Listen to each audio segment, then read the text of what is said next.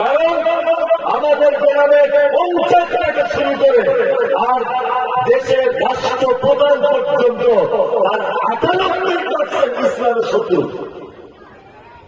এইখানে ইসলাম প্রতিষ্ঠা করা সহজ কঠিন, খুব কঠিন। প্রমাণ আপনাকে বলি। আচ্ছা, হাদিস এবং কোরআন অনুযায়ী রাস্তা দিয়ে যখন চলবো, ডান দিকে চলা সুন্নাত না বাম দিকে? ডান দিকে। আমরা চলি কোন দিকে? বাম দিকে। কেউ যদি মোস্তানি করে বলে হাদিসে লেখা আছে ডান দিকে, আমি মেন রোডে ন্যাশনাল রোডে ডান দিকেই চলবো, অ্যাক্সিডেন্ট হওয়ার সম্ভাবনা আছে না? অ্যাক্সিডেন্ট হবি কোনটা? হবি। তার মানে ডান দিকে চলা শূন্য আমি ভারতবর্ষে মানতে পারছি না। এটা ইসলামে বৈধ না অবৈধ? ব্যাংকিং যত সিস্টেম আছে প্রতিটা সিস্টেমের সুদ আছে, আছে আছে। এতে আপনি বাঁচবেন কি করে? সরকারি প্রকল্প যে কোনো ব্যবস্থাপনায় আপনাকে গ্রহণ করতে গেলে একটা জিরো ব্যালেন্সের অ্যাকাউন্ট খুলতে হবে। আপনি যদি এখন মনে করেন আমি ভারতবর্ষের মাটিতে বসবাস করবো, আমার কোন সেভিংস কারেন্ট কোন অ্যাকাউন্ট থাকবে না, আপনার বেঁচে থাকা বা এই দেশে থাকা বড় সহজ না কঠিন? তার মানে বোঝা যাচ্ছে আপনি শুধুমাত্র এই পাপ থেকে এই দেশের মাটিতে নিজেকে হেফাজত করতে পারবেন না। মমতাজুল ইসলাম সাহেব প্রথমে বলেছি এই দেশের মাটিতে ইসলাম প্রতিষ্ঠা করা খুব কঠিন। আমি মমতাজুল ইসলাম আপনাকে বলছি খুব সহজ, খুব সহজ। যদি বলছেন কেমন করে, আপনাকে বলে দিই। প্রথমেই বলেছেন বসের পানি পান করা সুন্নাত। আপনি ভিডিও অফিসে লাইন দিয়ে আছেন, প্রচন্ড রোদ্দুর, চৈত্র মাসে প্রথম রোদ্দুর, সবাই পানি পান করছে দাঁড়িয়ে দাঁড়িয়ে করে। আপনি এক বোতল পানি এনে কোথাও এক জায়গায় বসে পানি পান করছেন। একটা লোক আপনাকে জিজ্ঞাসা করছে, ভাই আপনি কেন বসে পানি পান করলেন? সবাই তো দাঁড়িয়ে পানি পান করছে। আপনি যদি তখন বলেন যে বসে পানি পান করার কথা বলেছে মুহাম্মদ সাল্লাল্লাহু আলাইহি ওয়াসাল্লাম, দাঁড়িয়ে পানি পান না করার কারণে আর বসে পানি পান করার কারণে আপনার চেয়ে পরিমাণে কিছু হবে? হবে না।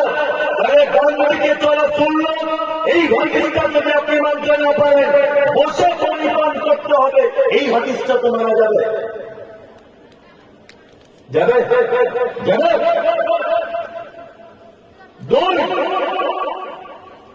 দাড়ি এটা যদি আমরা কেউ রাখি, যেই জরিমানা হয় হয় না? এটা যদি আমি রাখি এটাও তো রাখা যাবে? অন্তত দুটোতে ইসলাম প্রতিষ্ঠা হলো, বসে পানি পান আর দাঁড়িয়ে রাখা। কাঠের উপরে যদি আপনি কাপড় পরেন, এর জন্য কি আপনার কোন জায়গায় ক্ষতি হবে? কেস মামলা কিছু হবে না? আপনি রাস্তা দিয়ে ডান দিকে চলা এটা যদি মানতে আপনার জন্য কষ্ট হয়, আপনি কাঠের উপরে কাপড়টা পরে ইসলাম প্রতিষ্ঠা করার চেষ্টা করুন। চলুন এবার আপনাকে আরেকটা কথা বলে দিই, সেটা কি আল্লাহ সুবহানাহু ওয়া তাআলা পবিত্র আল কোরআনের ভিতরে বলছেন যে পৃথিবীতে আল্লাযী খালাকাল মাউতা ওয়াল হায়াতা লিয়াবলুয়াকুম আইয়ুকুম আহসানু আমালা। আমি হায়াত আর মাউতকে সৃষ্টি করেছি এই কারণে যে তোমাদেরকে জিজ্ঞাসা করব যে তোমাদের ভিতরে সর্বোত্তম আমল কে করে। তার মানে আমাদের দ্বিতীয় উদ্দেশ্য পৃথিবীতে পাঠানো, সেটা কি? ভালো আমল করার জন্য, তাই না? তার মানে আল্লাহ বলেছে ভালো আমল না বেশি আমল? ভালো আমল। তার মানে বোঝা যায় আমলের ভেজাল আছে। আমলে ভেজাল নেই?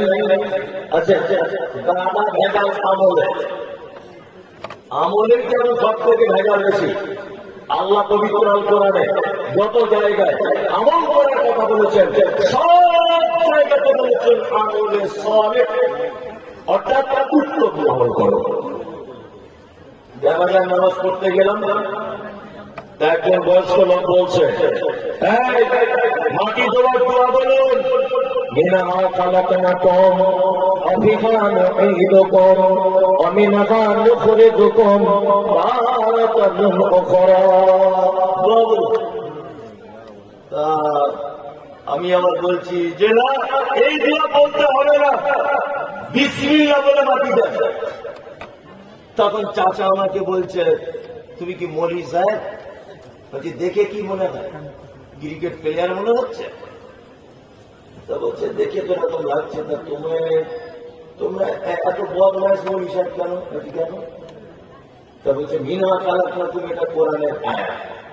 হ্যাঁ, এইটা বলে যদি কেউ মাটি দেয় তা আপনার অসুবিধাটা কোথায়? ভালো করে বুঝলেন, এটা তো কোরআনের আয়াত। কোরআনের আয়াত বললে অসুবিধা কারণ আছে? আচ্ছা, কোরআনের আয়াত বলি যে সব জায়গায় বলতে হবে চাচা তুমি এটা পেলে কেমন করে? স্থান পরিবর্তন হয়ে গেলে হারাম হালাল হয়ে যায়, হালাল হারাম হয়ে যায়। জিলাপি, এই মেলা বিক্রি হয় জিলাপি, এটা খাওয়া যায় না?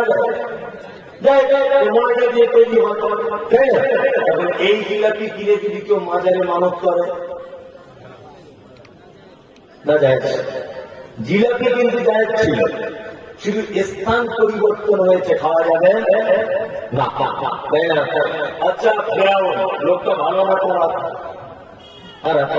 কেউ যদি ফেরাউন ফেরাউন ফেরাউন ফেরাউন ফেরাউন ফেরাউন সারাদিন যদি 10 বার 20 বার যদি বলে, কি হবে? হবে না তো। কোরআন মাজিদটা খুলে দেখুন, 2-4টে পাতা পর পর লেখা আছে ফেরাউন ফেরাউন, আছে না? এইখানে যদি আপনি ফেরাউন বলেন, কি হবে কি হবে না? প্রত্যেক অক্ষরে 10টা করে নেবে।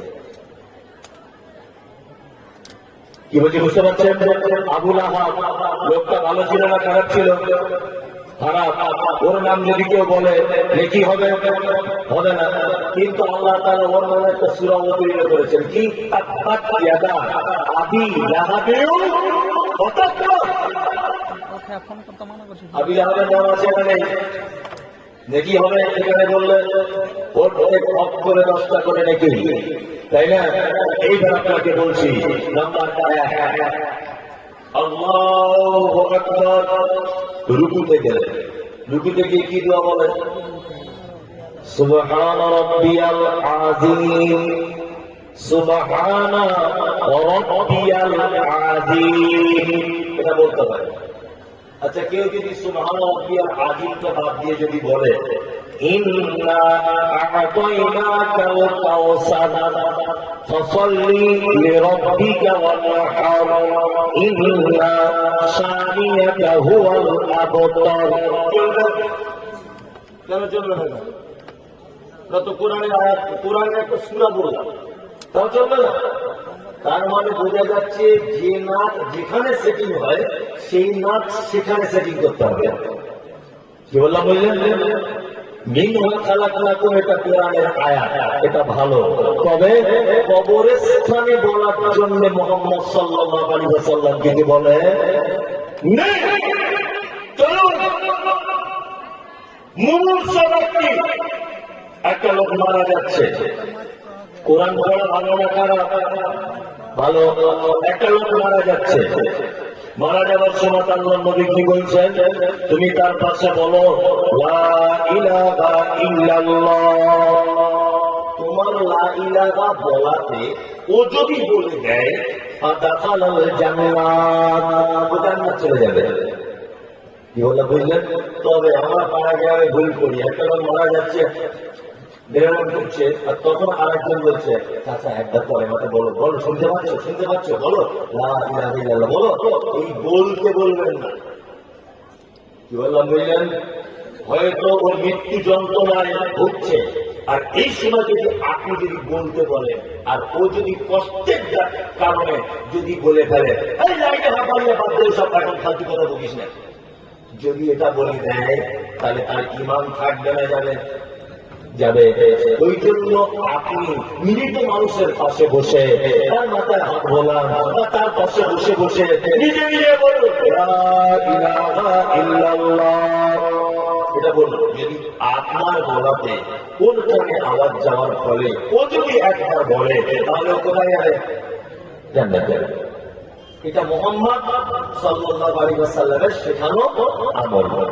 এখন আমার আব্বা মৃত্যু সজ্জাতে আছে, সাইদ, এখন আপনি চলে গেলেন তাড়াতাড়ি করে মাদ্রাসাতে, যে বলছে মনি সাহেব আমার আব্বা যায় যায় যায় যায়, তোর মনি সাহেব বলছে আমার চাকরি হাবিব সাহেবকে পাঠিয়ে দিচ্ছে। চাকরি হাবিব সাহেব এসে ইয়াসিন শুরু করছে, ইয়াসিন ওয়া কুরআনুল হাকীম ইন্নাকা লামিনাল মুরসালিন আলা সিরাতিল মুস্তাকিম তানজিলুল আজিজির রহিম। পড়ে না অনেক জায়গাতে মানুষ মরে যাবার সময় ইয়াসিন সূরা পড়ছে। এই ঘরে যদি ইয়াসিন সূরা পড়া হয় তাহলে পাপ হবে। কি বললাম বুঝলেন? এখানে পড়ার ব্যাপারে মুহাম্মদ সাল্লাল্লাহু আলাইহি ওয়াসাল্লামের কোন রকমের পারমিশন কি নেই। সব থেকে বড় একটা কথা জেনে নিতে হবে, সেটা হচ্ছে এই আমল করুন, তবে আল্লাহ সুবহানাহু ওয়া তাআলার ভাষা হচ্ছে এই আমিলাতুন নাসিবা তাসলা আদিয়া। এক শ্রেণীর মানুষ তারা আমল করবে, আমল করতে করতে করতে করতে নাসিবা এরকম হয়ে যাবে আর ফলে তাদেরকে ধরে জাহান্নামে ভরা হবে। এরা কারা? এরা এই যে কিছুদিন আগে পরেই আসছে 15ই শাবান, শবে বরাত আসছে না? অনেক জায়গায় হালুয়া টালুয়া করবে, করবে না? অনেক জায়গাতে করবে। আবার অনেক জায়গাতে 100 টাকার নামাজ পড়বে মসজিদে গিয়ে, বলবে না? বলবে। এমনি দিনে মসজিদকে দেখতে পাওয়া যায় না। শবে বরাতের দিন ঠিক জিত করে একদম গোপ দাড়ি কামাই করে এসে সাদা পাঞ্জাবি পরে শবে বরাতের রাত্রিরে ইমাম সাহেব নামাজ পড়াবে, ও 150 টাকা প্রয়োজনে নামাজ পড়ে দেবে। কারণ ও ছোটবেলা থেকে শুনেছে এই দিন রাত্রে ভাগ্যের পরিবর্তন হয়, তাই না? এবার আপনাকে বলে রাখছি, 15ই শাবানে শবে বরাতকে উপলক্ষ করে রোজা রাখতে হবে মর্মে পৃথিবীতে একটা হাদিসও প্রমাণ পাওয়া যায় না। তবে কেউ যদি প্রত্যেক মাসে 13, 14, 15 যদি রোজা রাখে সেই ব্যক্তি রাখতে পারবে, কোনো সমস্যা নেই। কিন্তু হঠাৎ করে ঢং করে কেউ যদি শবে বরাতের দিন রোজা যদি রাখে তাহলে চলবে না, হিতে বিপরীত হয়ে যাবে। আপনাকে বলছি, আম্মাজান আয়েশা সিদ্দিকা রাদিয়াল্লাহু তাআলা আনহা তিনি বলেন, মান আমিলা আমরান লাইসা আলাইহি আমরুনা ফাহুয়া রাদ্দুন। মানুষ যদি কোনো কাজ করে সেই কাজের ব্যাপারে যদি মুহাম্মদ সাল্লাল্লাহু আলাইহি ওয়াসাল্লামের আদেশ যদি না থাকে সে আমল বাতিল। সে আমল বাতিল। শুধু বাতিল নয়, ওই আমল করার কারণে তার থাকার জায়গা জাহান্নাম। যদি বলছেন আপনি জাহান্নামে ঠিকা নিয়ে আছেন, চলুন আল্লাহ নবী সাল্লাল্লাহু আলাইহি ওয়াসাল্লাম তিনি বলছেন, কুল্লু বিদআতিন দালালাহ ওয়া কুল্লু দালালাতিন ফিন্নার। যে কাজ আমি বলিনি, যে কাজ আমি করিনি, ওই মানুষ যদি সেটা ইবাদত মনে করে যদি করে তার নাম বিদআত। আল্লাহ নবী কি বলছেন? কুল্লু বিদআতিন দালালাহ, নিশ্চয়ই প্রত্যেক নতুন আবিষ্কৃত কাজ হচ্ছে বিদআত, ভ্রষ্টতা। আর প্রত্যেক ভ্রষ্টকারী স্থান ঠিক মধ্যে, নার মানে আগুন। তার মানে আমল করার আগে আপনাকে আমাকে দেখে নিতে হবে যে আমলটা মুহাম্মদ সাল্লাল্লাহু আলাইহি ওয়াসাল্লাম করেছিলেন কি না। আমরা এমন অনেক আমল করি আমাদের ভিতরে, যদিও যাচাই বাছাই করে করি। আবার কিছু মানুষ আছে, তাই না, তারা মুহাম্মদ সাল্লাল্লাহু আলাইহি ওয়াসাল্লামকে অত বেশি গুরুত্ব দেয় না, তাই না? কেউ বলছে এই ফতোয়া দেওবন্দ, কেউ বলছে ফতোয়া ফুরফুরা, কেউ বলছে ওই আজমিরের হুজুর বলেছে, কেউ বলছেন আলা হযরত বলেছে, কেউ বলছেন অমুক মুফতি সাহেব বলেছে। আল্লাহর নবী কি বলেছেন এটা দেখার প্রয়োজন নেই। আছে না নেই? আছে। কত এরকম মানুষ আপনি দেখতে পাবেন, অথচ মুহাম্মদ সাল্লাল্লাহু আলাইহি ওয়াসাল্লামের ব্যাপারে আল্লাহ সুবহানাহু ওয়া তাআলা বলছেন যে ইয়া আইয়ুহাল্লাযীনা আমানু আতিউল্লাহ ওয়া আতিউর রাসূল ওয়া লা তুবতিলু আমালাকুম। তোমরা যারা ঈমানের স্বীকৃতি প্রদানকারী, তোমরা শোনো, তোমরা আনুগত্য করো আল্লাহর, আনুগত্য করো রাসূলের, আর তোমরা তোমাদের আমলকে বরবাদ করে দিও না। তার মানে বোঝা যায় আল্লাহ এবং রাসূলের আনুগত্য বা পদ্ধতিতে আমল না করলে ইবাদত টিকবে না। কিছু করতে যাচ্ছে, তখন বলছি যে আপনি এটা করছেন কেন? তা বলছে এটা দেওবন্দের মুফতি সাহেবদের ফতোয়া। এই দেওবন্দ একটা জায়গার নাম, জায়গার নাম না, জায়গার নাম। কে বলছে ফুলফুলার ফতোয়া, ফুলফুলা একটা জায়গার নাম আছে না? কেউ বলছে আমি আজমিরের ফতোয়া, আজমির একটা জায়গার নাম। কেউ বলছে আমি দিল্লি, দিল্লির আকিদা মানহাজ মেনে চলি, দিল্লি একটা জায়গার নাম, জায়গার নাম। কেউ বলছে আমি চিস্তিয়া মতবাদ মানি, চিস্তি তো একটা লোকের উপাধির নাম। ঠিক বলছি না? আপনি ব্যক্তিকে অনুসরণ করে জান্নাত যাওয়া যাবে? যাবে? অনুসরণ করার একটা কাকে? মুহাম্মদ রাসূলুল্লাহ সাল্লাল্লাহু আলাইহি ওয়াসাল্লামকে। দেখুন একটা কথা বলি, আমল করি একটা মানুষ জান্নাত যাবে, আবার আমল করি একটা মানুষ কোথায় যাবে? জাহান্নাম চলে যাবে, তাই না? ওই জন্য আমল এমন একটি বিষয়, এমন একটি সাবজেক্ট, এমন একটি অধ্যায় যেটা করার আগে আপনাকে 10 বার ভেবে নিতে হবে যে এই আমলটা মুহাম্মদ সাল্লাল্লাহু আলাইহি ওয়াসাল্লাম করেছিলেন কি না। আপনাকে আমি কয়েকটা ভালো আমলের কথা বলে দিই।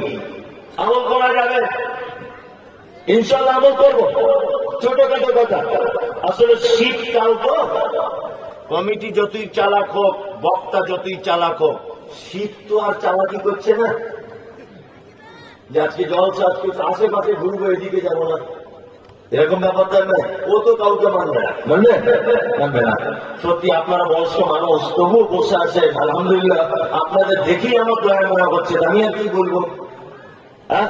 যাই হোক, একটা ভালো আমল আপনাদেরকে আমি বলে দিয়ে যাচ্ছি, আমল করার চেষ্টা করব আমরা সকলে ইনশাআল্লাহ। আল্লাহ সুবহানাহু ওয়া তাআলা বলেছেন, কি বলেছেন? আল্লাযী খালাকাল মাউতা ওয়াল হায়াতা, আমি হায়াত আর মওত সৃষ্টি করেছি এই কারণে, লিয়াবলুয়াকুম আইয়ুকুম আহসানু আমালা, তোমাদের ভিতরে কি উত্তম আমল করবে, আমার দরবারে চলে আসবে, এইটা দেখার জন্য আমি তোমাদেরকে পৃথিবীতে পাঠিয়েছি। তাহলে আমাদেরকে পাঠানোর উদ্দেশ্য, মূল কারণ সেটা হচ্ছে আমাদেরকে আল্লাহর দরবারে কিছু ভালো জিনিস নিয়ে যেতে হবে, তাই না? কয়েকটা ভালো জিনিস আমি হাদিস থেকে বলে দিই, কয়েকটা ভালো জিনিস কোরআন থেকে বলে দিই, আমি আপনি সকলে আমল করার চেষ্টা করবো ইনশাআল্লাহ। একটা ছেলে টাটকা ইসলাম গ্রহণ করেছে, আল্লাহর নবীর কাছে বলছেন, আল্লাহর নবী আমি জান্নাত যেতে চাই, আপনি আমাকে কিছু কাজ বলে দেন। এক, বিশ্বনবী বলছেন তা'বুদুল্লাহ, সর্বক্ষেত্রে তুমি আল্লাহকে ইবাদত করবে। সর্বক্ষেত্রে কার ইবাদত? গোলামি করবে কার? আল্লাহ ছাড়া অন্য কারো গোলামি করা যাবে না। চাওয়া পাওয়া যাবতীয় বিষয় কার কাছে? আল্লাহ। আল্লাহ ছাড়া কারো কাছে চাওয়া পাওয়া, মাথা নত, কারো কাছে মনের বাসনা পূরণ করতে যাওয়া শিরক। সর্বক্ষেত্রে ভালো মন্দ সবকিছু আমরা সঁপে দেবো কার কাছে? আল্লাহর কাছে। দুই,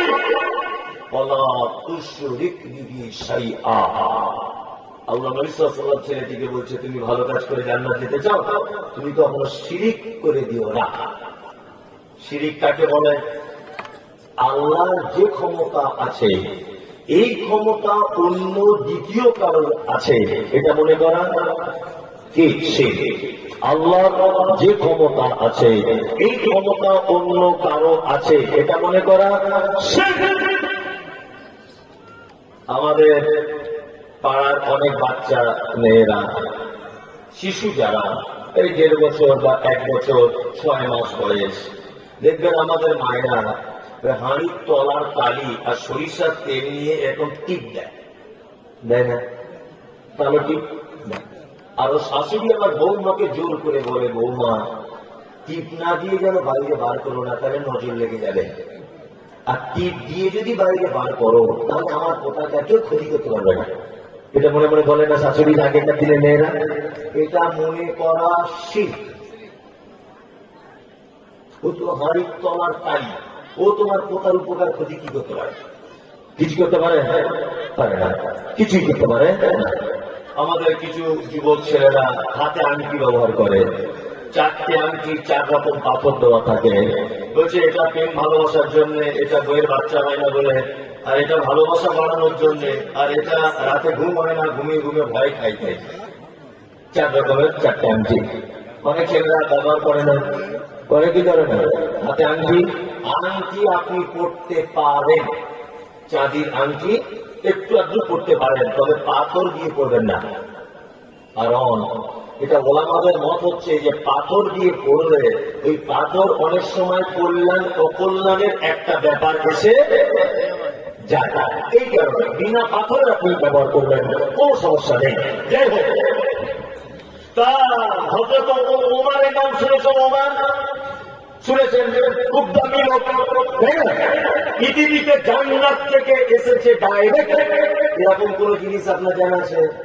আছে হাজির আসওয়াদ, যেটা কাবাতে আছে। হাজির সাথে ভালো জানেন, এক কোনাতে এরকম হাড়ির মুখ মতো করে রাখা আছে, হাজির সাথে গিয়ে চুমু খায়। তবে আমাদের ইন্ডিয়ান হাজিরা খুব একটা চান্স পায় না। কারণ ইন্ডিয়ান হাজিরা চান্স খুব একটা পায় না বলতে, এরা তো সব একেবারে বুড়ো বয়সে যায়, এরা ওখানে চান্স পাবে না। আমি গিয়েছিলাম 1.5-2 মাস আগে, আমি তো একটা জওয়ান লোক, মানে ইথিওপিয়া, তানজানিয়া, জার্মানের লোক এমন শক্তি দেখাচ্ছে যে আমাকে মানে ঘুষি মেরে নাক মুখ ফাটিয়ে দিবে এরকম একটা অবস্থা। কি বললাম বুঝলেন? আমার ইন্ডিয়ার লোক খুব একটা চান্স পায় না। যারা ইয়াং বয়সে যায় তারা চান্স পেতে পারে, আর আল্লাহ যাকে কবুল করবে সে পারবে। ইনশাল্লাহ আমিও পেয়ে এসেছি। হাজির আসওয়াদ সম্পর্কে আল্লাহ নবী সাল্লাল্লাহু আলাইহি ওয়াসাল্লাম বলেছেন যে যখন ওই পাথরটা পৃথিবীতে পাঠানো হয় তখন দুধের থেকেও বেশি সাদা ছিল। বানি আদম চুমু খেয়ে খেয়ে খেয়ে খেয়ে তার পাপগুলোকে টেনে নিয়ে কয়লার মতো কালো হয়ে গেছে। হাজির আসওয়াদ, কি বললাম বুঝলেন? হযরত ওমর ওই হাজির আসওয়াদের সামনে দাঁড়িয়ে বলছে, হাজির আসওয়াদ, তুমি একটা পাথর, তুমি মানুষের কোনো উপকার করতে পারো না, ক্ষতি করতে পারো না। আমি পশ্চিমকালে তোমাকে চুমু দিতাম না, শুধু আমি তোমাকে চুমু খাবো, এই কারণে আল্লাহ নবী খেয়েছিলেন। তাই তার মানে জান্নাতের পাথরের ব্যাপারে হযরত ওমর বলছেন যে ওই পাথর মানুষের কোনো ভালো মন্দ করতে পারে না। তোমার অষ্ট ধাতু, নবম ধাতু, পঞ্চম ধাতু, ষষ্ঠম ধাতু তোমার কোনো কাজ করতে পারে? জান্নাতের পাথর যেখানে কাজ করতে পারে না, পৃথিবীর এইরকম পাহাড়িয়া অঞ্চলের বা সমুদ্রের পাথর দিয়ে আংটি তৈরি করে ওই আংটিতে কোনো কাজ হবে? হবে না।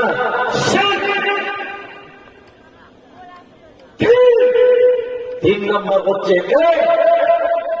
অনেক যুবককে দেখতে পাওয়া যায় হাতে লাল সুতো পরে ঘুরছে, বলছে জিজ্ঞাসা যখন করতে যাচ্ছি সুতো কোথায় পেলি, বলছে আজমির শরীফের সুতো। ওরা আজমির শরীফের সুতো কি করে? আজমির শরীফে কি ঝুট মিল আছে? অত সুতো তৈরি হয় কোথায়?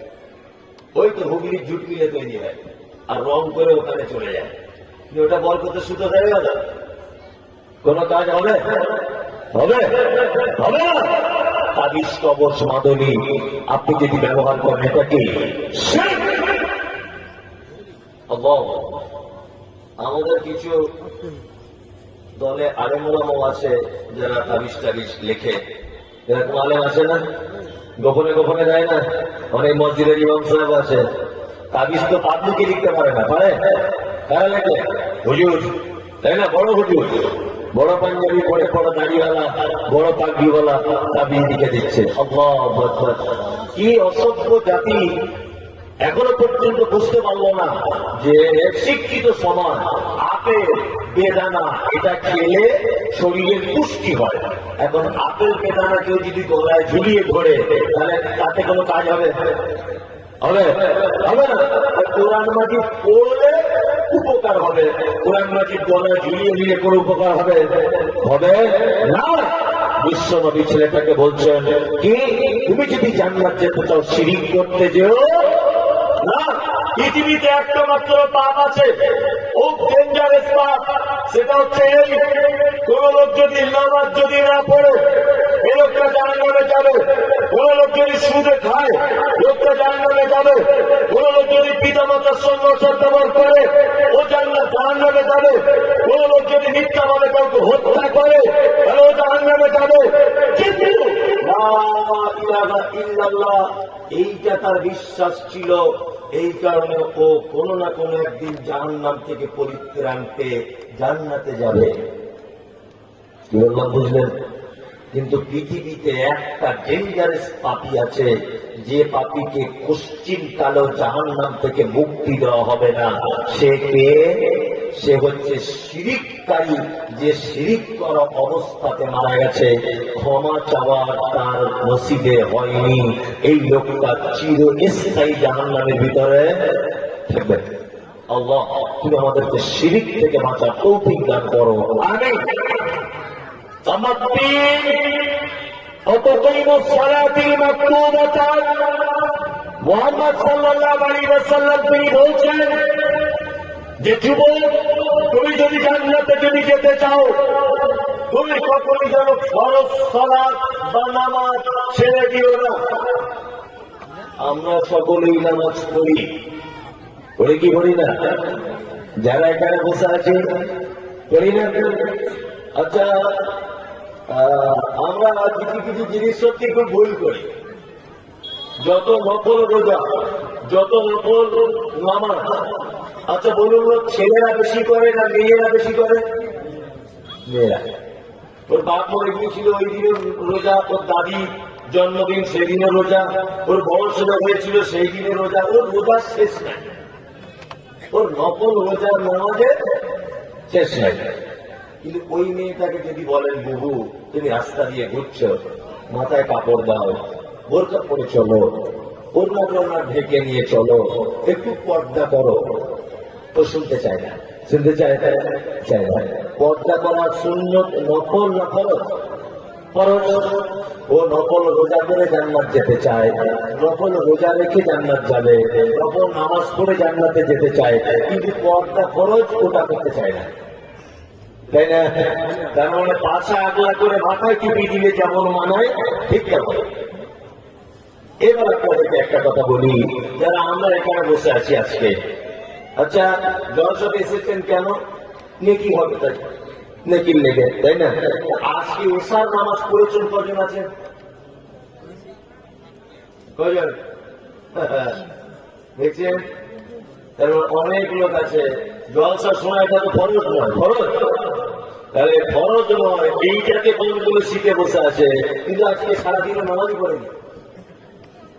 অনেক হারাম করে এরকম আছে, কোথাও আত্মীয় মারা গেছে, জানাজা পড়তে যাচ্ছে, জোহরের পরে জানাজা হবে, আচ্ছা না?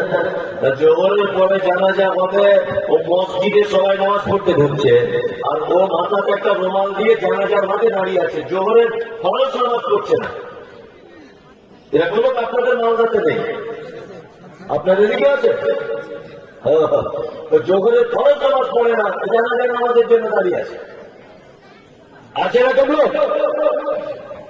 আল্লাহ, কি আশ্চর্য ব্যাপার!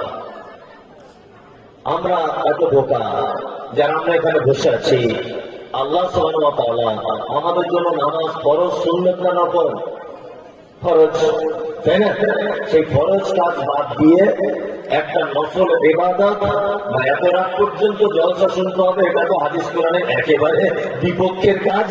তারপরেও মানুষ আমরা বসে আছি, কিছু নেকি পাবো এই আশাতে। দেখুন, সব জায়গায় চালাকি চলবে, কিন্তু আল্লাহর সাথে চালাকি চলবে না।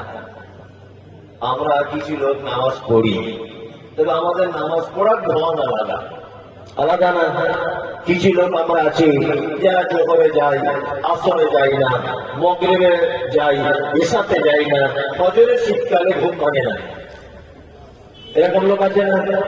এরকম একটা নামাজি, আর একটা নামাজি কেমন আছে? আর একটা নামাজি আছে দেখতে যাবো শুধু জুম্মার দিনে যায়, আর একটা নামাজি আছে 2 ঈদে যায়, আর একটা নামাজি আছে 5 ওয়াক্তেই যায়, কিন্তু দোয়া দরুদ কিছু বুঝে না। এগুলো 5 ওয়াক্তেই যায়, কোন করে শীতে চড়তে চড়তে মসজিদে যাচ্ছে না? চাচা রুকু থেকে উঠে কি দোয়া বলে বাপ? বলছে তোমার দোয়া মুখস্থ করতে পারছি না। হয় নাকি? বয়স হয়ে গেছে।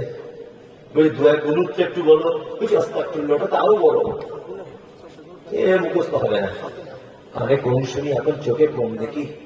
70 বছর বয়স হয়ে গেল, আর দোয়া মুখস্থ করা সম্ভব? পরিষদ আপনি বলুন। আচ্ছা, যে লোকটা বলছে চোখে কম দেখি, কানে কম শুনি, ওই লোকটাকে 2 টাকা কম দিয়ে দেখবেন তো কোনো দোকানদার? ঠিক বুঝতে পেরে যাবে না? ঠিক বুঝতে পেরে যাবে। যে লোকটা বলছে দোয়া জানি না, ওই লোকটাও দেখবেন আবার বেতের নামাজে হাত তুলে না, রুকু থেকে উঠে চাচা কি দোয়া বলে বলতে জানি না, কিন্তু দেখবেন ঠোঁট নাড়ছে না। তার মানে বোঝা যাচ্ছে ও এমনি দুনিয়ার মানুষকে ঠকিয়ে ও সুখী মিটল না, ও এবার আল্লাহর সাথে ধোকা দিতে গেছে মসজিদে যে ওইখানে 2 নম্বরই দোয়া জানে না, ঠোঁট রাখছে। তুই দোয়া জানিস না, চুপ করে থাকবি, তাই না? তুই যখন নিজে যখন বলছিস যে আমি দোয়া জানি না, তাহলে তোমাকে চুপ থাকা লাগবে। কিন্তু দেখবে প্রত্যেক জায়গা তো চালিয়ে যাচ্ছে, ছোট চালিয়ে যাচ্ছে না, আর এক ধোকাবাজ। আমার সত্যি এগুলো অবাক হয়ে যাবে। এ জাতি কি করে পরিত্রাণ পাবে? যে জাতির একটা জলসাতে 22 কুইন্টাল জিলাপি বিক্রি হয়, অথচ বইয়ের দোকান লাগায়, বইয়ের দোকানদারের কাছে 4টেও বাংলা কোরআন আর দুয়ার বই বিক্রি হয় না, অথচ 50 কুইন্টাল জিলাপি বিক্রি হয়ে যায়। এ জাতির পরিত্রাণ পাবে? হ্যাঁ। আচ্ছা, আপনি যদি আজকে একটা ভালো দুয়ার বই বাড়িতে কিনে নিয়ে যদি পড়তেন, বছরে যদি 2টো মুখস্থ করতেন, তবুও তো বলতাম যে বছরে 2টো মুখস্থ হয়েছে, বলা যেত কি যেত না? আপনি যদি পড়তেন, নাতি কুতি বাড়ি যারা আছে তাদেরকে যদি বলেন যে আমাকে 2টো দোয়া বলে দে, 20 বার বল, আমি একটু মুখস্থ করি, তার সম্ভব কি সম্ভব নয়? অন্ধ কোরআনের হাতে যাচ্ছে, দেখেছেন? অন্ধরা তারা তো পড়তে জানে না, তারা কি করে পারে? আপনি মনে করুন আপনি অন্ধ। আবার কিছু লোক আছে সেজদায় যখন যাবে পা দুটোকে এইভাবে রাখতে হবে জমা করে, তাই না? পা দুটো এইভাবে রাখতে হবে, ও এরকম ফাঁক করে রেখেছে পা। যদি কেউ জানলেওয়ালা লোক ঘুরে দিতে যাচ্ছে, চাচা পা গুলো এরকম করো, তো বাবা রাগ দেখিয়ে বলছে তুই তোর টাকা, আমি আমার কবরে যাবো, তুই তোর কবরে যাবি। বেশি ফাটা করে বলিস না, দেখো রাগ দেখায় না, ভুল ধরলেও বিপদ, মানে 440 ভোল্টেজ অটোমেটিক, আর ভুলও ধরা যাবে না। আশ্চর্য ব্যাপার। আল্লাহ আমাদের প্রত্যেককে তুমি ফরজ সলাতটুকু আদায় করার তৌফিক দান করো, আমিন আমিন। সলাত যদি আদায় আপনি না করেন, এটা মসজিদের জলসা, তাই না? মসজিদের জলসা। হ্যাঁ, তা মসজিদের সব কমিটির এখানে বসে আছে, এরা মসজিদ করার জন্য সব মোটামুটি জলসা করতে হবে, চাঁদা তুলতে হবে, কোন বক্তাকে আনা যাবে, কার কাছে কত টাকা ধরতে হবে, সব ঠিক আছে, কিন্তু আজকে ফজর কেউ নামাজ পড়বে না। এখানে হয়তো পড়ে, অন্য জায়গায় পড়ে না, এখানে পড়ে। দেখুন আশ্চর্য ব্যাপার, মসজিদ করতে হবে, মার্বেল লাগাতে হবে, এসি লাগাতে হবে, নামাজ পড়া যাবে না। আবার কেউ তো বলছে বলছেন এখন অল্প বয়স, একটু বয়স হোক, তাই না? আল্লাহ তুমি আমাদের সকলকেই আমার সকল মুসল্লি বানিয়ে দাও, আমিন আমিন। চলুন, একটা লোক মারা গেল, মাইয়েতের সামনে দাঁড়িয়ে ইমাম সাহেব বলছে আমাদের গ্রামে আব্দুল লতিফ মারা গেছে, লোকটা বড়ই ভালো ছিল, ভুল ত্রুটি করে থাকলে আপনারা আল্লাহর রাস্তা ক্ষমা করে দেবেন। বলে কি বলেন? ঋণ করে থাকলে তার বেটাদেরকে বলবেন, তার বেটারা শোধ করবে। আর সকলেই দোয়া না করে যাবেন না, মারিয়াতের জন্য একটু দোয়া করবেন। যার জন্য ইমাম সাহেব বলছে ও লোকটা নামাজ পড়ে যায়, সারা জীবন কোনোদিন নামাজ পড়তো না। কালকে লোকটা মারা গেছে আব্দুল লতিফ, আজকে ওর বেটা এসে বলছে নবী সাহেব আমার বাপের নামে 50,000। আর বক্তারা কিন্তু খুব ভালো দোয়া করতে জানে, বড় পার্টি এমন দোয়া করছে মনে হচ্ছে জান্নাতের জায়গা নাই, মানে ঠেলে ঢোকাচ্ছে আর কি। আল্লাহ যেমন ঢোকা 50,000 দিয়েছে, আর কেউ 200 টাকা দিয়েছে তো জান্নাতে অর্ধেক রাস্তা দিয়ে পালিয়ে আসছে। চলছে না 50,000 পার্টি দোয়া করছে, আল্লাহ যেমন হোক করে তোমার জান্নাতে ওর বাপ আব্দুল লতিফকে ঢুকিয়ে দাও। আচ্ছা, প্রধান বক্তা, ছোট বক্তা, বড় বক্তা, মেজ বক্তা, কাবা শরীফের ইমাম যদি দোয়া করে আব্দুল লতিফের জন্য যে আল্লাহকে জান্নাত দাও, আল্লাহকে জান্নাত দাও, 50,000 টাকা দান করে দিয়েছে, বলুন তো এত মানুষ দোয়া করে ওর বাপ নামাজ পড়তো না, ওকে জান্নাত ঢোকানো যাবে? যাবে? যাবে না। আল্লাহ তাআলা কি বলছেন? আল্লাহ তাআলা বলছেন মা সালাকাতুম ফি সাকার, একজন সাকার নামক জাহান্নামীকে জিজ্ঞাসা করা হবে তুমি কেন জাহান্নামে এসেছো বলো, সে তখন বলবে ক্বালু লাম নাকু মিনাল মুসাল্লিন, পৃথিবীতে আমার সব ভালো কাজ ছিল, শুধু নামাজ পড়ি, শুধু নামাজ পড়ি। তার মানে নামাজ না পড়লে থাকার জায়গা কোথায়? জাহান্নাম। আল্লাহু আকবার। জাহান্নামটা খুব সহজে বলে দিলেন, তাই না?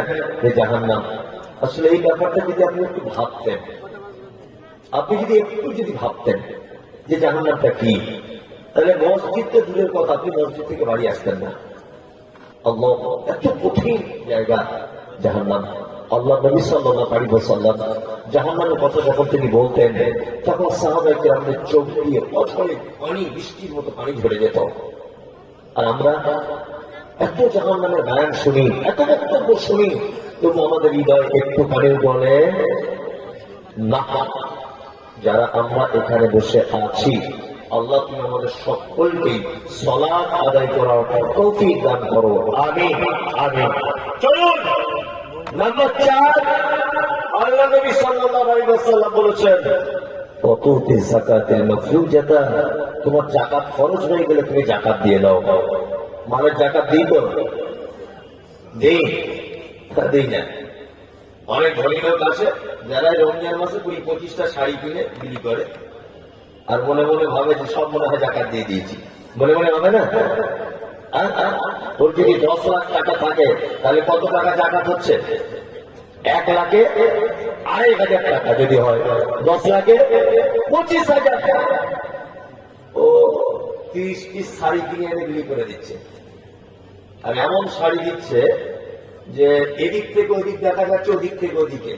কালিয়া চকে শাড়ি কিনতে গিয়ে দোকানদারকে বলছে সব থেকে কম দামের ভালো মার্কা দেন,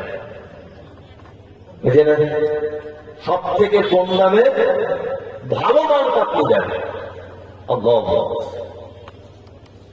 মুহাম্মদ সাল্লাল্লাহু আলাইহি ওয়াসাল্লাম কি বলেছেন?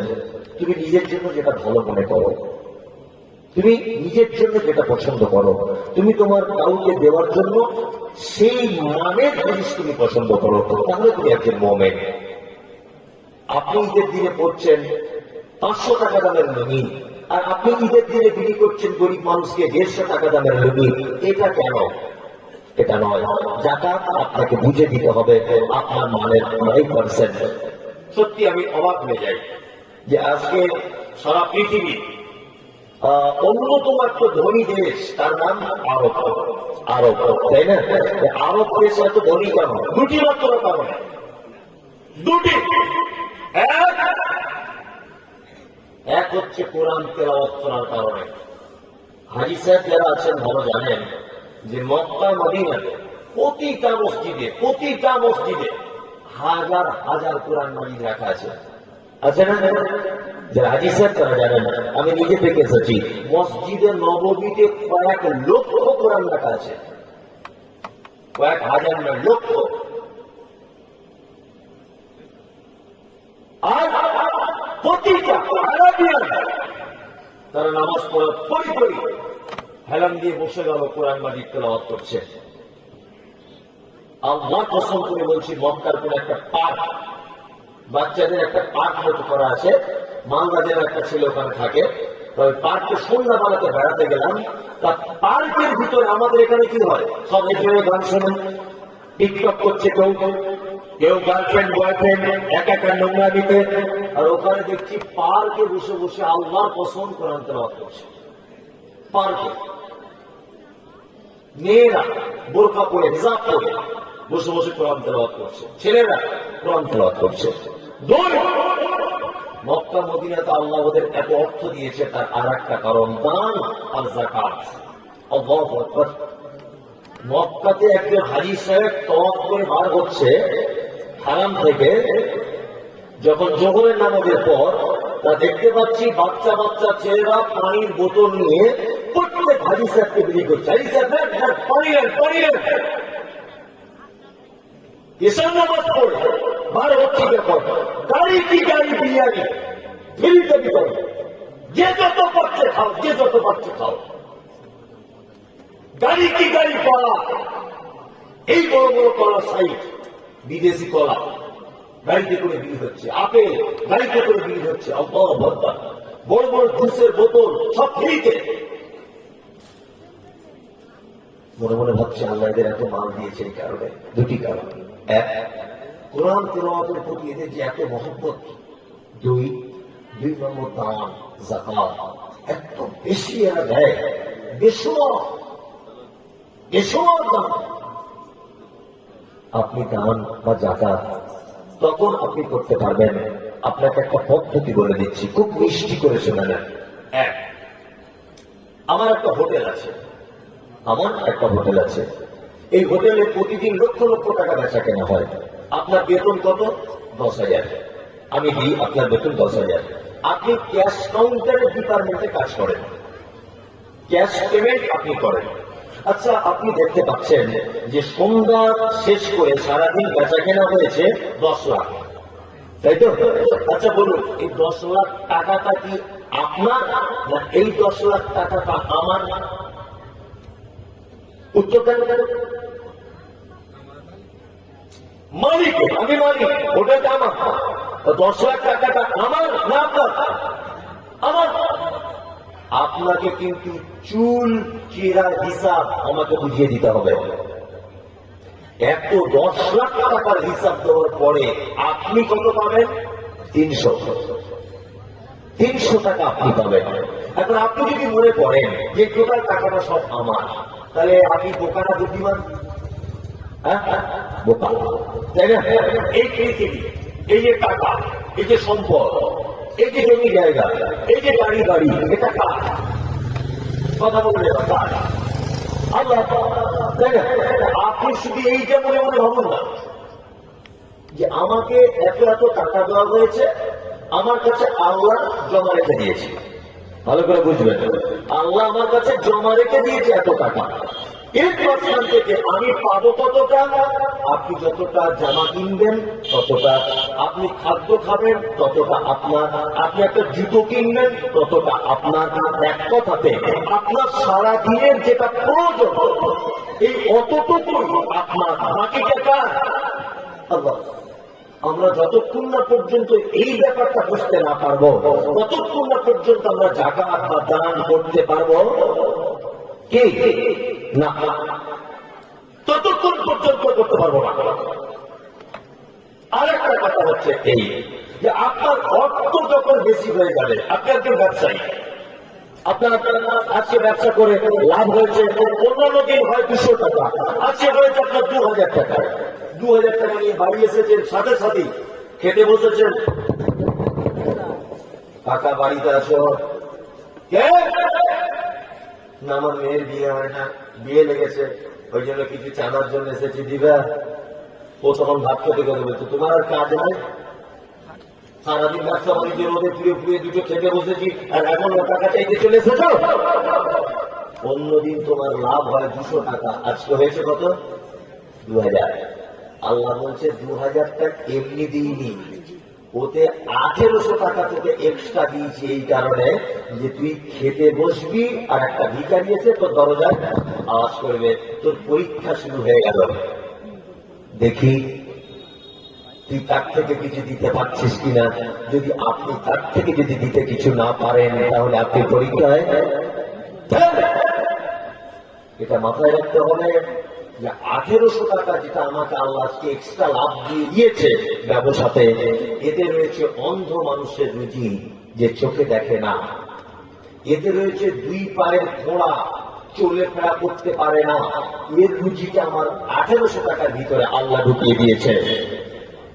একজন প্যারালাইসিস রোগী যে কর্মহীন, কর্ম করতে পারে না, এর রুজিটা আমার ভিতরে ঢুকিয়ে দিয়েছে 1800 টাকার ভিতরে।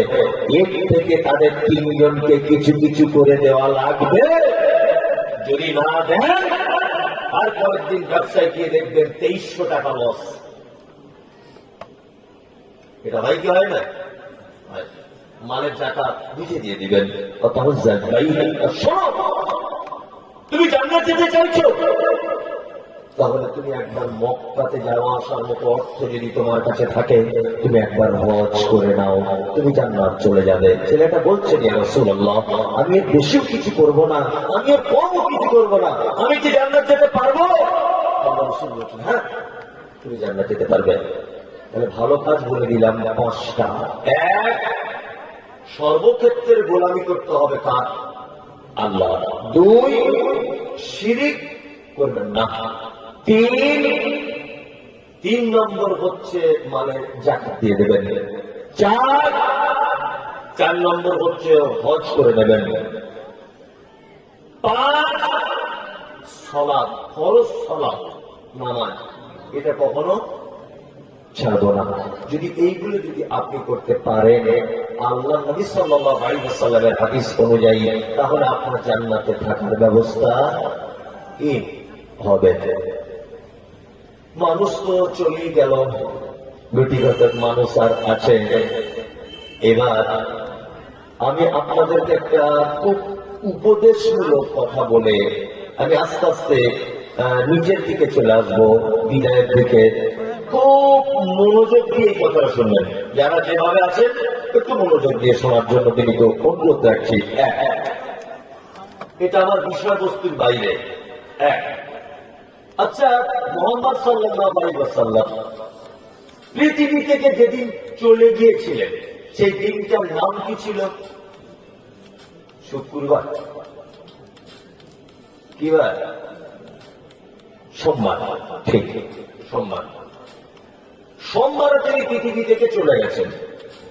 সোমবারের আগে বৃহস্পতিবার জীবনের শেষ মাগরিবের সালাতের ইমামতি করেছেন। 2 রেকাতে কোরআন তেলাওয়াত করেছিলেন আল্লাহর নবী সূরা মুরসালাত। শেষ যে আয়াত তিনি তেলাওয়াত করেছিলেন, শেষ।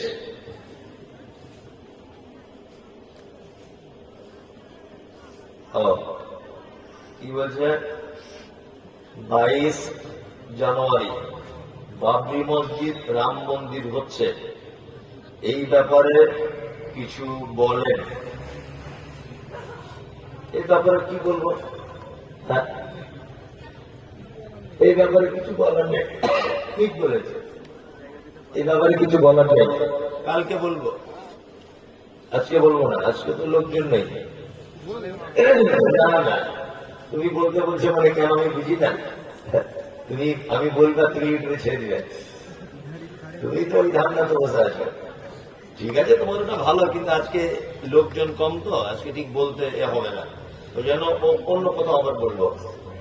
যে কথা বলছিলাম সেটা হচ্ছে এই যে আমাদের নবী মুহাম্মদ সাল্লাল্লাহু আলাইহি ওয়াসাল্লাম জীবনের শেষ যে নামাজ পড়েছিলেন, সেই নামাজটা কিসের? মাগরিবের। প্রথম 2 রেকাতে তেলাওয়াত করেছিলেন কি? তবে এই হাদিসে বাদাহু ইউমিনুন। এসার নামাজের জন্য হযরতে বিলাল আযান দিলেন, হাইয়া আলাস সালাত। আল্লাহ রাসূল আয়েশাকে বলছেন, আয়েশা একটু পানি দাও তো, ওযু করে নি। তা হযরত আম্মা জান আয়েশা সিদ্দিকা রাদিয়াল্লাহু তাআলা আনহা আল্লাহ রাসূলকে পানি দিলেন। আল্লাহ রাসূল ওযু করলেন, ওযু করে একদম অজ্ঞান। আবার হুঁশ চলে এলো। আমাদের আয়েশাকে বলছেন, আয়েশা একটু পানি দাও তো, অজু করে নি। আয়েশা আবার পানি দিলেন, আল্লাহ রাসূল অজু করলেন, আবার হুঁশ চলে গেলেন। তিনবারের মাথাতে হুঁশ চলে এলো। বিশ্বনবী আবার বলছেন, আয়েশা একটু পানি দাও তো দেখি। আমাদের আয়েশা পানি দিলেন, বিশ্বনবী অজু করলেন। কিন্তু এতটাই অসুখ বেড়ে গেছে যে আর মসজিদে যেতে পারলেন না। তিনি আয়েশাকে বলছেন, আয়েশা তোমার আব্বা আবু বকরকে বলো মসজিদে গিয়ে নববীতে যেন ইমামতি করে। হযরত আবু বকর গেলেন, ইমামতি করছেন, কিন্তু মনের দিক দিয়ে তৃপ্তি নেই। বিশ্ব নবী বেঁচে আছেন, আবু বকর রাদিয়াল্লাহু তাআলা আনহু, তিনি ইমামতি করবেন, এটা হতে পারে? হতে পারে না। একটা কথা জেনে রাখুন যে আল্লাহ নবী সাল্লাল্লাহু আলাইহি ওয়াসাল্লাম পৃথিবীতে বেঁচে থাকা অবস্থায় 17 ওয়াক্তের ইমামতি করেছেন। হযরত আবু বকর সিদ্দিক রাদিয়াল্লাহু তাআলা আনহু 17 ওয়াক্তে। হযরত আবু বকর ইমামতি করেন। আমাদের আয়েশা ব্যাপারটা আপত্তি জানিয়েছিলেন যে আল্লাহ রাসূল, আমার আব্বা বারবার ইমামতি করছে, আপনি অন্য কাউকে দায়িত্ব দেন, তাছাড়া মানুষ আমাকে খারাপ ভাববে, আপনার অন্যান্য বিবিরা। তখন আল্লাহ রাসূল আয়েশাকে কড়া মেজাজে বলছেন, আয়েশা আরে আমি যেটা বলছি সেটা করো, তোমার আব্বাকে ইমামতি করতে বলো। আবু বকর ইমামতি করেছিলেন। শুক্রবার আল্লাহ রাসূল মসজিদে যেতে পারেন। শনিবার সকালে একটু সুস্থতা বোধ করলেন। সুস্থ হয়ে আমাদের আয়েশাকে বলছেন, আয়েশা তোমার আব্বাকে বলো দুজন সাহাবীকে আসতে। আমাদের আয়েশা মসজিদের পর্দাটা সরিয়ে দিয়ে আব্বা আবু বকরকে ডেকে বলছেন, আব্বু আল্লাহ রাসূল দুজন সাহাবীকে ডাকছেন। দুজন এলো। আল্লাহ নবী সাল্লাল্লাহু আলাইহি ওয়াসাল্লাম দুজন সাহাবীর কাঁধের উপরে ভর দিয়ে মসজিদে নববীতে ঢুকছেন। আর আবু বকর সিদ্দিক রাদিয়াল্লাহু তাআলা আনহু তিনি তখন জোহরের নামাজের ইমামতি করছেন। ইমামরত অবস্থাতেই দাঁড়িয়ে আছেন। বিশ্ব নবী ঢোকার ব্যাপারটা হযরত আবু বকর অনুভব করতে পেরেছেন যে আল্লাহ রাসূল মনে হয় আসছেন। তিনি পিছনে চলে আসার একটা মনস্থির করলেন, কিন্তু আল্লাহ নবী সাল্লাল্লাহু আলাইহি ওয়াসাল্লাম ইশারা করলেন, আবু বকর তুমি ওখানেই দাঁড়াও। আল্লাহ রাসূল চলে গেলেন। হযরত আবু বকর দাঁড়িয়ে আছেন ইমাম হিসাবে, আর আল্লাহ রাসূলকে আবু বকরের বাম দিকে বসিয়ে দেওয়া হলো। তার মানে এখন আল্লাহ নবীর ডান দিকে কে? আবু বকর, তাই না? এইবার আপনাকে বলছি সেটা হচ্ছে এই মুহূর্তে ইমাম হয়ে গেলেন আল্লাহ রাসূল, আর মুকাব্বির হলেন কে? আবু বকর। সঙ্গে সঙ্গে ইমাম চেঞ্জ। ইসলামের প্রথম মুকাব্বির হযরত আবু বকর সিদ্দিক রাদিয়াল্লাহু তাআলা আনহু। জোহরের নামাজ শেষ, বিশ্ব নবী বাড়ি এলেন। আয়েশাকে ডেকে বলছেন, আয়েশা আমাদের বাড়িতে কি কোনো টাকা পয়সা কিছু আছে? আম্মা জান আয়েশা বলছেন, আল্লাহ রাসূল আমাদের বাড়িতে 5টা থেকে 9টা দিনার। দিনার বলা হয় সোনার কয়েনকে, দিরহাম মানে চাঁদির কয়েন, আগেকার দিনে চলত। 5টা থেকে 9টা। বিশ্ব নবী আয়েশাকে বলছে, আয়েশা তুমি কি সর্বনাশ করে দিলে? তুমি কেন আল্লাহর কাছে দান করে দিলে না? তুমি কি দান করে দিতে, তাহলে আমি এর বেনিফিট আমার রবের কাছে আমি পেয়ে যেতাম। আয়েশা তুমি কেন বাড়িতে রেখে দিয়েছে এগুলো? আমাদের আয়েশা বলছেন, ইয়া রাসূলুল্লাহ আপনি অসুস্থ, আপনাকে নিয়ে ব্যস্ত ছিলাম, দান করতে পারিনি। বিশ্ব নবী বলছে, আয়েশা শোনো, কোন নবীর পক্ষে এটা উচিত নয় যে এই নিকৃষ্ট সম্পদ সাথে নিয়ে আল্লাহর সঙ্গে দেখা করবে, আল্লাহর সাথে সাক্ষাৎ করবে। তার মানে নবীজি বোঝাতে চেয়েছেন যে একটা মানুষ পৃথিবীতে যে সম্পদ রেখে যায় এটা একটা নিকৃষ্ট সম্পদ। মানুষের সম্পত্তি 3টে জিনিস, সে যেটা খায়, সে যেটা পড়ে, আর সে যেটা আগে পাঠিয়ে দেয়, এটা হচ্ছে তার সম্পদ। কি বললাম বুঝলেন? এটা কি তার সম্পদ? আমরা সত্যি মানুষ এত বোকা, সম্পদ ইনকামের জন্য কত হারাম হালাল কিছুই তামিজ করছি না। করছি? কিছুই করছি না, কিছুই নেই। একটা মানুষের যখন কিছু বলা হয় তখন সে একটাই ভাষা প্রয়োগ করে যে আমি আমার বেটা বেটি ভবিষ্যৎ করছি, বলে না? বলে। আপনার টাকা যতক্ষণ, আপনার স্ত্রী প্রেম ততক্ষণ, আপনার বেটার ভালোবাসা ততক্ষণ, আপনার সম্পদ শেষ হয়ে যাক, আপনাকে কেউ আর 10 পয়সাও ধার ধারবে না। ধারবে? ধারবে না। আমি যে কথা আপনাকে বলতে চাচ্ছিলাম, অর্থ চিরদিন মানুষের থাকবে না। প্রচন্ড হাওয়া দিচ্ছে, আমি বুঝতে পারছি। এবার আপনাদেরকে শেষ করবে, এটা মসজিদের না মাদ্রাসা? মসজিদের প্রোগ্রাম, বিদায় লগ্নে আপনারা মসজিদকে কিছু সহযোগিতা করবেন, এতটুকু করবেন। আপনারা দিয়েছেন আমি জানি, হবিবুর রহমান সারাবি সাহেবকে। আমি আপনাকে বলবো যে বিশ্ব নবীর এই হাদিস থেকে, এই ঘটনা থেকে একটা শিক্ষা, সেটা হচ্ছে আপনারা দুনিয়াতে যে সম্পদ রেখে যাবেন এটা নিকৃষ্টতম সম্পদ। কি বললাম বুঝলেন? আপনারা একটু মেজরবানি করুন, মানে একটু যেই পয়সার কথা বললাম সর্বোচ্চ হয়ে যাবে। না না না, আর বসে আপনি রাত্রি 12টা বেজে গেল, আর কত মানুষ বসে থাকবে? আর আজকে ঠান্ডাটাও একটু বেশি, তাই না, অন্যান্য দিনের থেকে। যাই হোক, হাওয়াটা উঠে খুব ঠান্ডা করছে। ভাই একদম শেষ বেলাতে